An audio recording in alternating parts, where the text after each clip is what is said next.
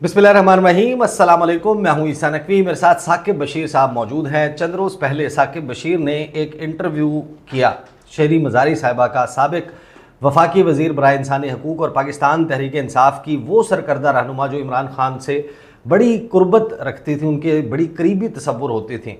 और इस इंटरव्यू ने फिर एक कोहराम बर्पा किया, बहुत वायरल हुआ, लाखों लोगों ने देखा। लेकिन फिर एक सिलसिला शुरू हुआ, बड़े ही लेजिटिमेट सवालात, मेरा ख्याल है बड़े जेन्युइन ये सवालात करना बनते भी थे कि आखिर ऐसा क्या हुआ कि एक के बाद एक वो रहनुमा जो पाकिस्तान तहरीक इंसाफ को छोड़ चुके हैं या तहरीक इंसाफ के साथ अपनी कुर्बत ख़त्म कर चुके हैं, जो सियासत छोड़ चुके हैं, जो किसी और सियासी जमात में चले गए हैं, या मुख्तलिफ लोगों के लिए मुख्तलिफ जो है वो एक सिनेरियो बनता है, इन लोगों के वापसी कैसे हो रही है। क्या अब इनके ऊपर से ख़तरा टल गया है? क्या इनके ख़िलाफ़ मुकदमात नहीं हो रहे? क्या इनको आज़ादी मिल गई है कि अब वो मीडिया के ऊपर जाएं, अपना मतम नज़र लोगों के सामने रखें? और सवालात ये हैं कि ये क्या किसी ग्रैंड सियासी प्लान का, किसी नई सियासी ग्रेट गेम का हिस्सा है? ये इंटरव्यू फिक्स कौन करवा रहा है, ये राब्ते कौन करवा रहा है, फिर इनको चलाने की इजाज़त कौन दे रहा है? नाम शेख रशीद साहब का, शेख रशीद साहब का मैंने भी इंटरव्यू किया था और उसके ऊपर फिर मैंने एक लंबी चौड़ी वीडियो करके एक्सप्लेन किया कि एग्जैक्टली वो किन हालात में हुआ। शेख रशीद बार बार मेरे इंटरव्यू के दौरान कैमरे से दूसरी तरफ बैठे हुए किन लोगों को देख रहे थे, वहाँ पर कौन लोग मौजूद थे, मेरा इंटरव्यू किस तरीके से तय हुआ कि ये इंटरव्यू करना है। तो साकिब बशीर साहब से भी ये मामलात पूछेंगे, चाहे शेख रशीद हों, फवाद चौधरी हों, अली जैदी साहब हों, और अब लेटेस्ट जो है वो शेरी मज़ारी है। लेकिन शेरी मज़ारी के मामले में एक बात बड़ी मुख्तलिफ है कि अभी तक उनका सिर्फ एक ही इंटरव्यू हुआ है, कोई सीरीज़ ऑफ इंटरव्यूज़ नहीं है जो साकिब बशीर साहब ने किया। साकिब बशीर साहब, आप, बहुत सारे लोग ये कह रहे थे कि यार आप तो तहरीक इंसाफ की बीट नहीं कवर करते, आप तो तहरीक इंसाफ या सियासी मामलात नहीं कवर करते, एक अदालत के मामलात कवर करने वाला बंदा अचानक उसका इंटरव्यू, और उसके लिए किसने राब्ता कर लिया साकिब बशीर से कि शेरी मज़ारी का इंटरव्यू करें? ज़रा एक्सप्लेन करें योर साइड ऑफ स्टोरी। और फिर हम टेक अवेज पे भी बात करेंगे कि इस इंटरव्यू के मेजर टेक अवेज आपके ख्याल में क्या थे, हाइलाइट्स क्या थी? एक तो जो लोग ये सवाल कर रहे हैं, सवाल करना हक है उनका कि एक कोर्ट्स को कवर करने वाले वो पीटीआई की बीट भी नहीं करते तो कैसे वहाँ तक पहुँच गए।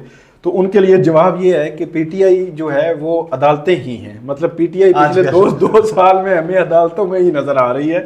तो इसलिए वो ज़्यादातर क्योंकि अदालतों की हद तक जितने भी केसेस होते हैं उनको हम बड़ा इन डेप्थ कवर करते हैं, हर एंगल से कवर करते हैं। जितने रहनुमा आते हैं उनसे बात भी होती है, उनसे कोई मौक़िफ़ लेना हो फिर भी बात होती है। तो ये भी उसी तनाजुर का एक तसलसल है। यहीं पे वैसे मैं एक और बात कर दूं, थोड़ा सा हट के है मामला इससे। बहुत सारे लोग मुझ पे ज़ाती तौर पर जो है वो तनकीद करते हैं कि आपकी ट्वीट्स, आपके vlogs, YouTube videos, talk shows, जहाँ पे भी आप जाते हैं आप सिर्फ पीटीआई की बात कर रहे थे, पीटीआई के जो केसेस हैं उनकी बात कर रहे होते हैं। तो ये जनाब तरह तरह की अलकाबात भी लोग देते हैं, वो भी चले उनकी मोहब्बत है। लेकिन मैं अपने तौर पर एक चीज़ जो है वो यहाँ पे ज़रूर बात करना चाहूँगा कि 10 अप्रैल 2022 को पीटीआई जो है वो उस गवर्नमेंट ख़त्म हुई और उसके बाद पीडीएम की गवर्नमेंट आ गई। एग्जैक्टली 11 अप्रैल 2022 को उनके केसेस शुरू हो गए। मतलब 10 अप्रैल 2022 को मुझे याद है शहजाद अकबर, डॉक्टर शहबाज गिल और जो उनके डिजिटल मीडिया के थे हेड, मेरे ख्याल है डॉक्टर अरसलान, इनके नाम नो फ्लाई लिस्ट में आ गए और ये अगले दिन ही हाई कोर्ट में पहुंच गए। मतलब 11 अप्रैल 2022 से लेकर आज तक पीटीआई अदालतों में है। मतलब और कोई नहीं है, ना नून लीग है, ना पीपल्स पार्टी है, ना कोई और पॉलिटिकल पार्टी है, ना नॉन पॉलिटिकल पार्टी है, सिर्फ जो है वो पीटीआई है। तो हमारा जो मेरी एक्सपर्टीज है वो कोर्ट से रिलेटेड है। तो जब कोर्ट रिलेटेड चीजों में है ही पीटीआई तो हमने उसी पे बात करनी होती है। अब वापस जो है वो हम आते हैं तो डॉक्टर शेरी मज़ारी। अच्छा, डॉक्टर शेरी मज़ारी जो है उनके खिलाफ भी वो कोर्ट्स में आ रही थी। 9 मई के बाद वो एक दफ़ा गिरफ्तार हुई, दूसरी दफ़ा, तीसरी दफ़ा, 5-6 केसेस बने। जब आ रही थी, जा रही थी, तो जाहिर सी बात है हमारे साथ इंटरेक्शन होती थी। फिर दरमियान में उन्होंने 2-3 दफ़ा इस्लामाबाद हाई कोर्ट में ECL PCL पे नाम थे, वो बैरून मुल्क जाना चाह रही थी। तो जब आ रही थी, जा रही थी, पिटीशंस होती थी, समातें होती थी, तो वो आ रही होती थी। तो इस दौरान मेरे ज़हन में एक चीज़ आई कि डॉक्टर शेरी मज़ारी जो है वो इस तरह उन्होंने जब से मतलब 9 मई के बाद पीटीआई से डिस्टेंस किया है तो कोई इंटरव्यू नहीं दिया। तो मेरे उनकी साइड ऑफ स्टोरी सामने नहीं आई। उनकी साइड ऑफ स्टोरी सामने नहीं आई। तो मेरे जहन में ये था कि वो एक दिन आई इस्लामाबाद हाई कोर्ट में रूटीन के अपने केस में, तो वापस जा रही थी, तो मैंने उनको कहा कि आप भी कुछ बोलें, ये अल्फाज थे। तो उन्होंने कहा कि आप कर लें, इंटरव्यू कर लें। तो मैंने कहा मैं बिल्कुल आपका इंटरव्यू जो है वो करना चाहता हूँ, ये तो कोई बात नहीं। मतलब ये है कि ये हमारे देखने वालों के लिए कि इसके पीछे कोई बहुत बड़ा, जिस तरह लोग अपने जहन में है, बहुत जहनों में अपने सवाल कनेक्शन, मुझे वो सवाल उन्हीं अल्फाज में सामने रखने थे जिन अल्फाज में या जिस सोच के साथ ये सवाल किया जा रहा है। सवाल लोग ये कर रहे हैं कि जिन लोगों ने तहरीक इंसाफ को जब मुश्किल वक्त आया छोड़ दिया, और जो लोग जिनको भगोड़ा भी कहा जा रहा है, जो लोग भाग गए। अच्छा, शेरी मज़ारी साहबा का केस डिफरेंट है। इमरान खान साहब ने भी जब उनसे एक दफ़ा सवाल हुआ था कि किन लोगों के छोड़ने का सबसे ज़्यादा दुख हुआ, उसमें जो सर फहरिस्त उन्होंने नाम गिनवाए उसमें शेरी मज़ारी साहबा का नाम था।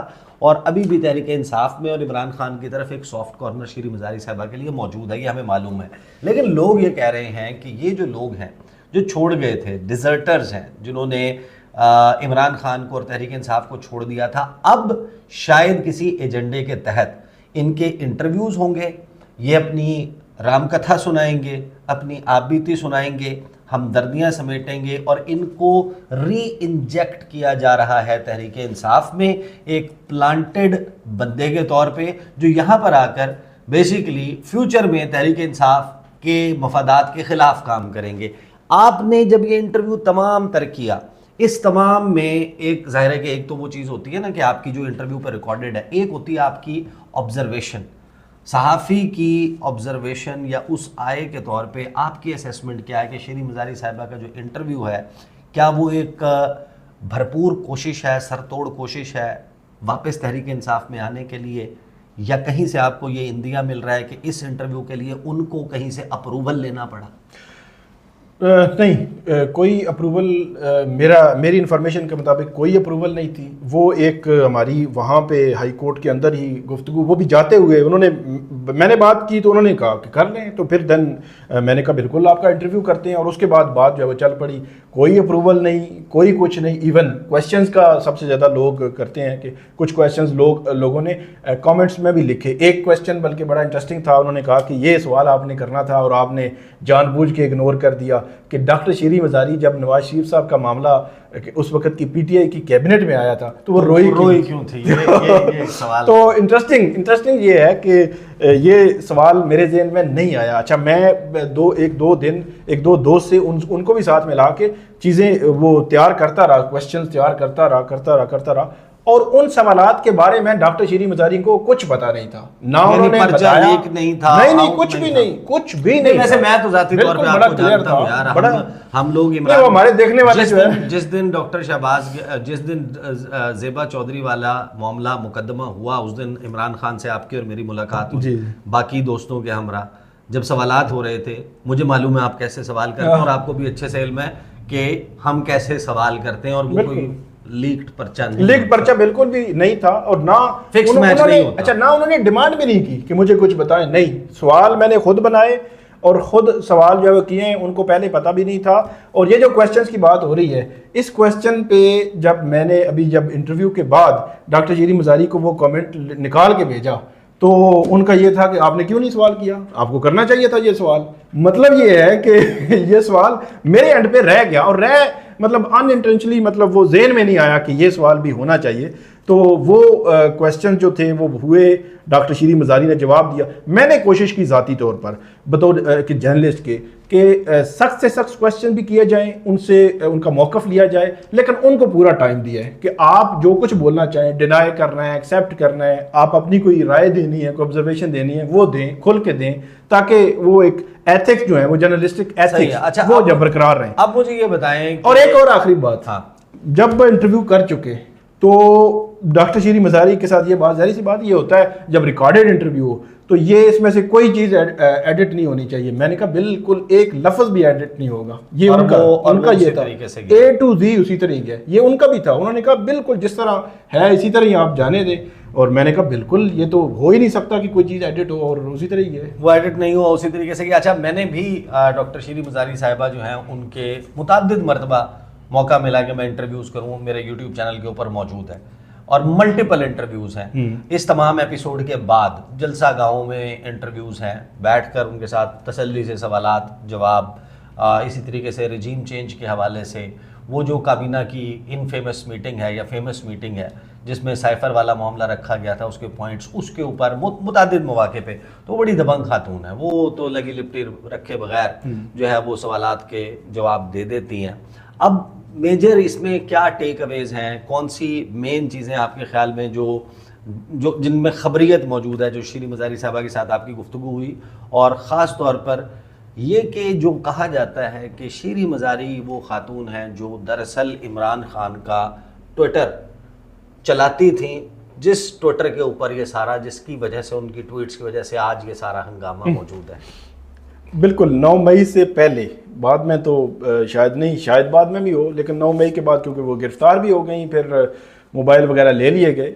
अब ये इन्फॉर्मेशन थी मेरे पास, लेकिन उन्होंने ऑन रिकॉर्ड और ऑफ कैमरा भी उन्होंने कोई इसका मतलब एक्सेप्ट नहीं किया उस तरह खुल के कि वाकई ही कि वो वही जो है वो ट्विटर हैंडल चला रही थी इमरान खान का। लेकिन मुझे कम से कम इतना लगता है कि शायद जो कंटेंट जा रहा था, वो ट्वीट बनाना, वो भेजना, फिर वो ट्वीट होना, वो हो सकता है कोई और कर रहा हो, कंटेंट इनकी तरफ से जा रहा हो, ये एक पॉसिबिलिटी है। ये उन्होंने कोई इन्फॉर्मेशन बहरहाल इस हवाले से नहीं दी, मैं अपने तौर पर ये बता रहा हूँ। जो आपने कहा कि इस इंटरव्यू में क्या अहम चीज़ थी, सबसे इम्पोर्टेंट ये था कि जिस दिन डॉक्टर शीरी मज़ारी ने एक प्रेस कॉन्फ्रेंस की, और बड़ी वो नपी तुली प्रेस कॉन्फ्रेंस थी, लिमिटेड, बल्कि उसमें कोई 2, 3, 4 लाइनें लिखी हुई थी, वो उन्होंने देखी। फर्स्ट टाइम मैंने देखा कि वो कुछ देख कर कोई बोल रही है प्रेस कॉन्फ्रेंस, पढ़ी, कोई क्वेश्चन नहीं लिया और अंदर चली गई। हाँ। तो ये कैसे हो सकता है कि खातून जो फिलबदी बोलती हो, जो वेल स्पोकन हो, अंग्रेजी का, उर्दू का, दोनों ज़बानों का उसको मसला ना हो, और उसको ये गुफ्तगू करने के लिए कि मैं फ़लाँ इंसिडेंट को कंडेम करती हूँ, या मैं पाकिस्तान के उन इदारों के साथ खड़ी हूँ और मैं सियासत से लाताल्लुकी, ये देख कर पढ़ने की क्या ज़रूरत पेश आई? ये मैं वही बता रहा था कि इसका जो क्रक्स है वो पूरे इंटरव्यू का वो था कि वो प्रेस कॉन्फ्रेंस आपको क्यों करना पड़ी और किन हालात में करना पड़ी, वो उन्होंने बता दिया। उन्होंने कहा कि मुझे मेरी बेटी को एक पैगाम मिला था कि आप जो है वो, अगर तो डॉक्टर शीरी मज़ारी प्रेस कॉन्फ्रेंस करती हैं, 9 मई की मजम्मत करती हैं और पीटीआई से डिस्टेंस करती हैं, पॉलिटिक्स से डिस्टेंस करती हैं, तो फिर इनके केसेस के हवाले से सोचा जा सकता है। वगरना जो ईमान मज़ारी हैं, क्योंकि वो मिसिंग पर्सनस की केसेस करती हैं, तो ये डॉक्टर शीरी मज़ारी ने उस इंटरव्यू में कहा कि उनको कहा गया कि फिर एक मिसिंग पर्सन का केस अपने केसेस में, उसमें इजाफा आप समझ लीजिएगा। तो ये एक मैंने उनसे पूछा क्या ये धमकी थी, तो उन्होंने ये कहा कि ये आपको नहीं पता आप कहाँ, किस मुआशरे में रहते हैं, कहाँ पे रहते हैं। तो ये क्रक्स था कि किन किन हालात में। लेकिन उसके बाद उन्होंने बताया कि इमरान खान साहब से मेरा आखिरी जो व्हाट्सएप पे जो उनका रब्ता हुआ, प्रेस कॉन्फ्रेंस के बाद हुआ, प्रेस कॉन्फ्रेंस के बाद हुआ था आखिरी रब्ता, तो उसमें उन्होंने कहा कि मैंने इमरान खान साहब को कहा कि मैं मजबूर थी, तो उन्होंने कहा कि आप खामोश रहें, बस ठीक है। मतलब उन्होंने कोई ऐसा, इमरान खान साहब ने कोई डायरेक्टली कोई उस पर नहीं किया, उन्होंने कहा ठीक है, ओके किया मतलब। और उसके बाद वो कहती हैं कि इमरान खान साहब से कोई उनका रब्ता नहीं रहा। लेकिन एक चीज़ पूरे इंटरव्यू में मैंने देखी है कि पीटीआई की जो पॉलिटिक्स है वो उस पर नज़र रखी हुई है, मतलब जो ट्वीट्स हैं वो उन पे भी, और जो कुछ टीवी पे नज़र आ रहा होता है, जो व्लॉग्स में लोग बात कर रहे होते हैं, उन पे फोकस्ड हैं, उनकी नज़र है। और हो सकता है कि कहीं पे जो पीटीआई के कुछ लोग, क्योंकि उन्होंने कहा फवाद चौधरी साहब जो है उनसे मुलाकात रब्ता रहता है, तो ये भी एक पॉसिबिलिटी है कि उनमें से कुछ लोगों के साथ उनका रब्ता भी हो। और रब्ते जो है वो अल्टीमेटली उसमें रब्ते में वो ये तो नहीं डिस्कस कर रहे होंगे कि मतलब कोई मेला या कोई इवेंट या कोई चीज़, वो डेफिनेटली गर्मी, बारिश, वो तो नहीं डिस्कस हो रहा होगा। और वो पीटीआई के इंटरनल जो मामलात हैं उन्हीं को डिस्कस कर रहे होंगे। इमरान खान साहब ने जो बाहर आने का मामला है उसको डिस्कस कर रहे होंगे। बल्कि आरिफ अलवी साहब जो है वो उन्होंने कहा भी आज कि जो कुछ डॉक्टर शीरी मज़ारी कह रही हैं ये दुरुस्त है, उन्होंने अपनी ट्वीट भी की। हाँ, और डॉक्टर आरिफ अलवी जब सदर रहने के बाद मेरी इतला के मुताबिक उनसे मुलाकात भी हुई है। तो इसका मतलब ये हुआ कि पीटीआई की लीडरशिप, अब उन्होंने वापस आना है या नहीं आना, ये अल्टीमेटली उनका अपना फैसला होगा। लेकिन आपने शुरू में जो इंट्रो दिया था कि ये इसके पीछे एक पूरा प्लान है, कुछ चीज़ें हैं, कोई मतलब जो है वो खुद इंजेक्ट करने की कोशिश की जा रही है। मेरी अपनी सेंस के मुताबिक, अब मुझे बाकी हालात का नहीं पता, अपनी सेंस के मुताबिक मैं ये कहता हूँ कि ये ऐसा मुझे ऐसी कोई चीज़ नज़र नहीं आई।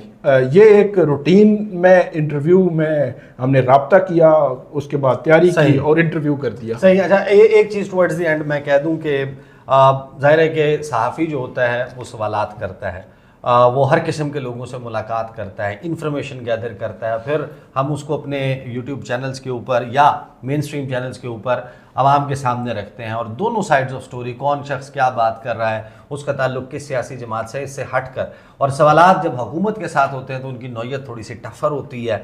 जब कोई एक बंदा जो जिसके ख़िलाफ़ बहुत सारे लोग जो हैं वो लगे हुए हों, तो फिर ज़्यादा तरीक़ाकार ये होता है कि आप ज़रा उसका मौक़िफ़ भी तो सुने, ज़रा जानें कि उसका थॉट प्रोसेस क्या चल रहा है। और हुकूमत के साथ ग्रिलिंग क्वेश्चंस होते हैं, अपोजिशन हमेशा से आवाम की आवाज़ होती है, तो वो उस पैराए में सब कुछ होता है। तो ये सवालात जब सहाफ़ी करता है तो लोगों का सवाल भी करना हक़ बनता है कि वो हम लोगों से हमारे यूट्यूब चैनल्स के ऊपर, नीचे कमेंट्स बॉक्स में, ट्विटर के ऊपर और अदरवाइज़ सवालात करें। उन सवालात को हम सब अप्रिशिएट भी करते हैं। एंड फ्रैंकली स्पीकिंग, शेरी मज़ारी के तो इंटरव्यू इन्होंने किया वो बड़ा वायरल भी हुआ। अगर आप आज मेरे से पूछें कि किसका इंटरव्यू करना पसंद करेंगे तो मैं 5 नाम गिनवाता हूँ। आपकी किसके लिए लाइकिंग है, डिसलाइकिंग है, या आपका मामला है, लेकिन मेरे ख्याल में आज भी जो इंटरव्यूज़ सबसे अहम हो सकते हैं बतौर सहाफ़ी, general retired Qamar Javed Bajwa number 1, Umar Ata Bandial number 2, number 3 के ऊपर इमरान खान, अगर वो जेल से बाहर आते हैं और उनके इंटरव्यू हो सकता है उस सारे प्रोसेस के ऊपर।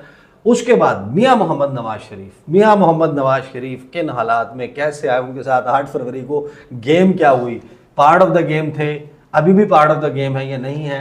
लेकिन मियां साहब तो ज़ाहिर है कि आपको पता है कि वो मीडिया से मुँह छुपाते फिर रहे हैं। इमरान खान मेरा ख्याल है कि फ्रंट फुट पर आगे देंगे। जनरल बाजवा को अभी इजाज़त नहीं है, 2 साल उनके कंप्लीट नहीं हुए।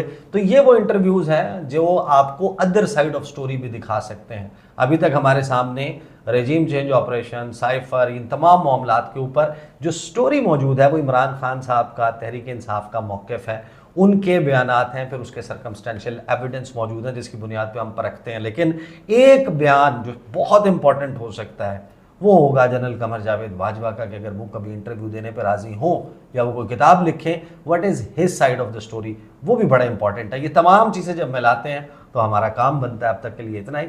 मुझे और साकिब बशीर साहब को इजाज़त दीजिए। अल्लाह हाफिज़।